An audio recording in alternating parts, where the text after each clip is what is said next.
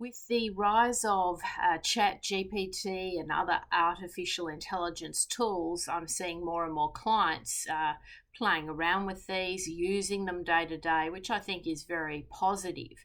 But, when the reality is you start to read a lot of content, say, for example, on LinkedIn, and you start to read posts, articles, even ebooks, you can start to see that artificial intelligence has been involved, and it can be quite off-putting because suddenly it just doesn't read quite right. It doesn't read in the speaker's voice. It might start to look very robotic, and you often see the same beginnings and ends to a lot of blog posts now on LinkedIn, and that's because people are all using ChatGPT to try and fast track this type of work. But the other day I came across the methodology that you should be using when you're using ChatGPT, and it was really interesting because I've experimented with it a number of times. The methodology is called Risen, and each letter of that stands for a step that you need to take to get a really good result if you're going to use ChatGPT or other artificial intelligence programs. So the R stands for the role. What is the role that the ChatGPT is going to play in the equation? So I might say something like, your role is as a resume writer, and you need to review this information from the context of a professional executive resume writer with human resources credentials. Okay, so that might be the role. I stands for, so it's risen. I stands for what are the instructions. So the instructions are, I need you to review my old resume. I need you to review this job description. I need you to review the key highlighted experience that I would like you to review and correlate. So the instructions very specific, step by step, and I'd like you to prepare a new cover letter specifically for this job application.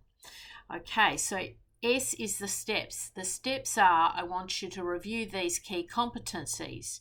The competencies are crucial to highlight, and in particular, I want you to review this experience that I had at company ABC and incorporate it into the cover letter.